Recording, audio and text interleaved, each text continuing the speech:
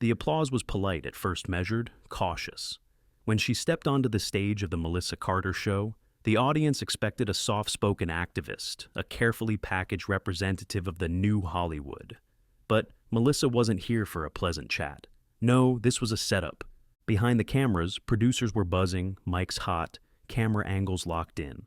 The questions had been strategically written to corner her, and the audience, handpicked to erupt or turn cold at just the right moment. The entire thing was designed to go viral, but what no one realized, she had already seen through them. She took her seat, calm, composed, dressed in a sharp navy suit that said, "I'm not here to fight, but I'm ready if you are." Melissa flashed her signature weaponized smile. "Welcome to the show," she said sweetly. "We are so excited to have you." The red light blinked on. Showtime. Melissa began gently. "You've been called brave, inspiring, a voice for a new generation. But let's talk about Hollywood. Where do you see it heading?" The trans woman smiled.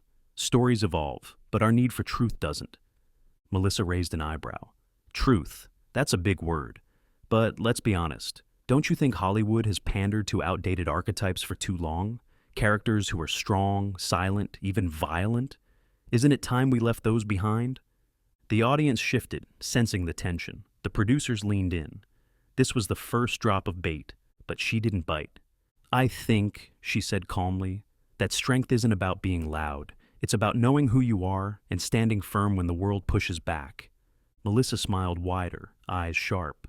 "You say that, but many of your roles, even your latest film, feature you as the hero who wins through physical conflict. Isn't that just another form of toxic masculinity in disguise?" Now the audience was murmuring. Perfect. They were right where Melissa wanted them. But the woman just tilted her head. "Is defending others toxic? Is standing up for yourself a flaw?" Melissa's smile twitched. "It depends on how you do it. Violence isn't empowerment." She leaned forward slightly. "Number, but neither is silence when you're being erased." The room went quiet. Melissa blinked. Her next card faltered in her hand. "When I was a kid," the woman continued, "I was told I'd never be strong. That to be who I am meant to be quiet, to shrink. I learned that kindness doesn't mean surrender, and real strength isn't about hurting people. It's about knowing you don't have to." The audience shifted, now leaning in. Melissa tried to steer back. "That's a beautiful sentiment. But you're a trans woman portraying traditionally masculine roles. Doesn't that send mixed messages?" "To whom?" she asked softly. Melissa paused. "I live in contradiction every day. That doesn't make me a paradox. It makes me human." One person clapped, then another, then a small wave of applause. Melissa was losing control. She went for the kill. "You say you stand for truth, but is this your truth? Or just a script?" A gasp rippled through the audience. The woman just smiled. "Truth doesn't need a script." The room froze. Melissa adjusted her seat, flustered.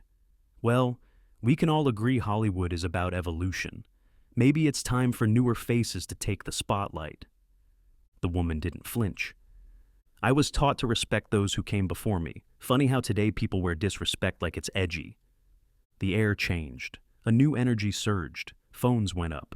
Clips were already being posted. Melissa forced a closing line.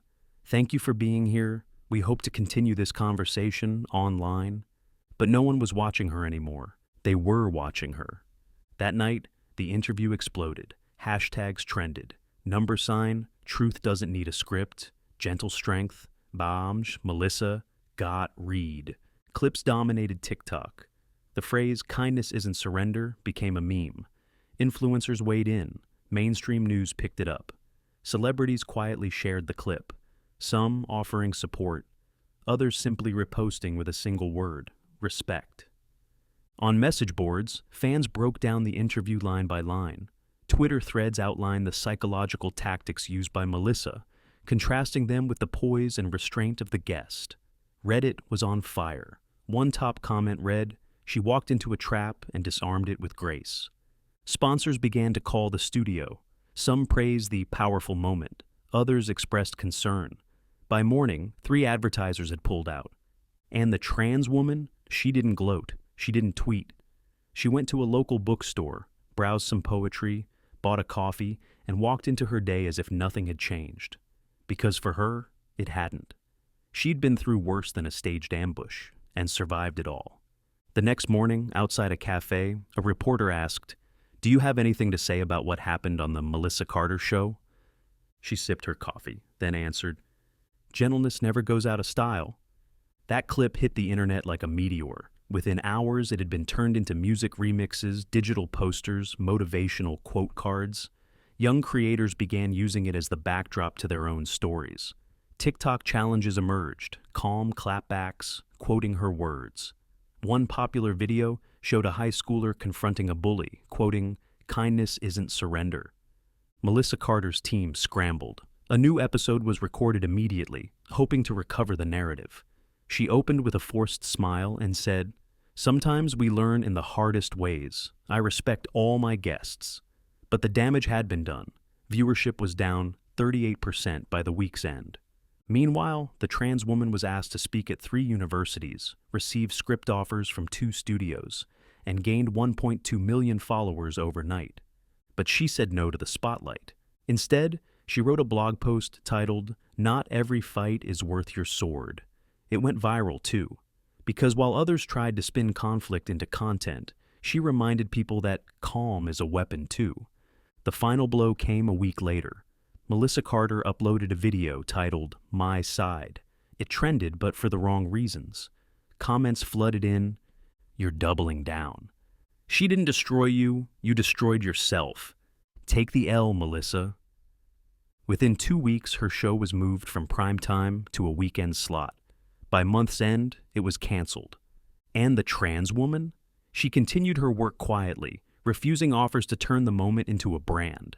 She kept her dignity because she never needed to prove it. Some victories are loud. Others, they echo longer, deeper, and in that silence, she stood taller than ever.